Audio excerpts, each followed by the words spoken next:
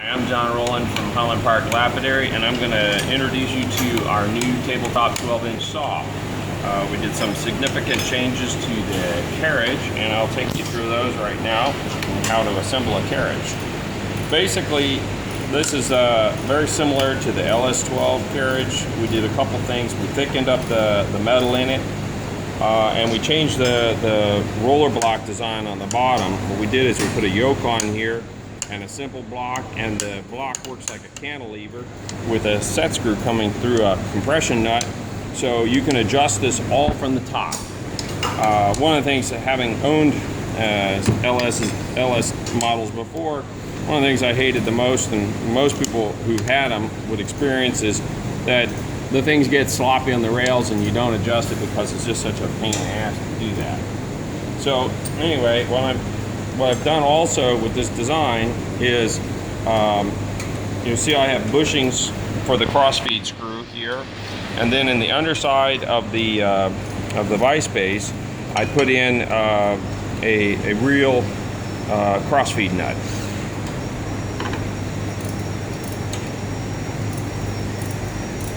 Now, the first thing I'm going to do is I'm going to put my crossfeed rails here in. And they're pretty precisely machined.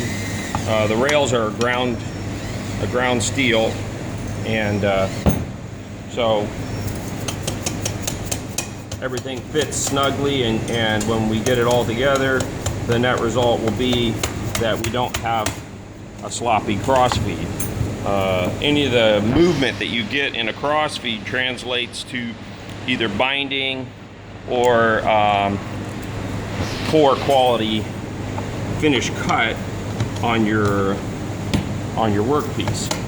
So we want our crossfeed as absolutely snug and slop free as possible. So that was really the crux of what we did with the design.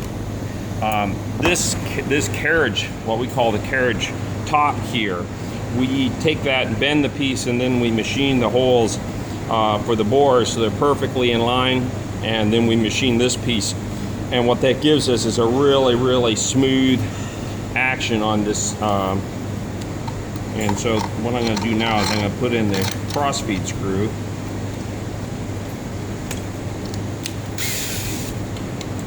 I'm a little lazy, so I'm going to use the drill.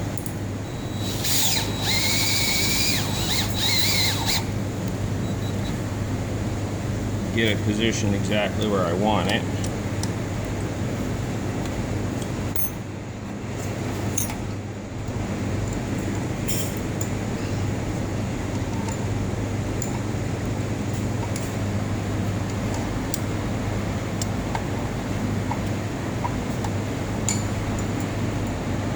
Find my flat here.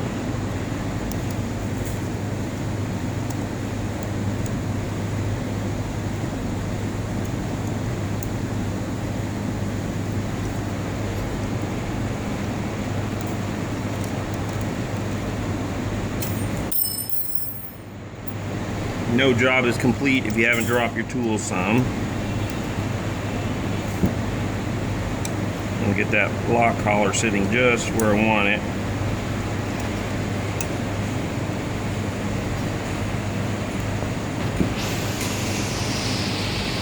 I'm gonna throw my washer on and a couple of nuts.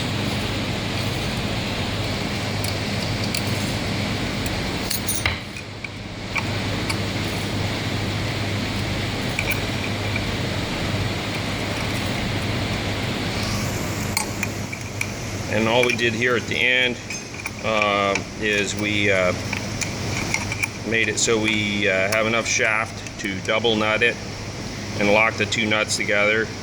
Kept it really simple, and made it so it's very easy for anyone to adjust their crossfeed. And what we have is really smooth action. You'll notice here, I'm going to try and move that carriage.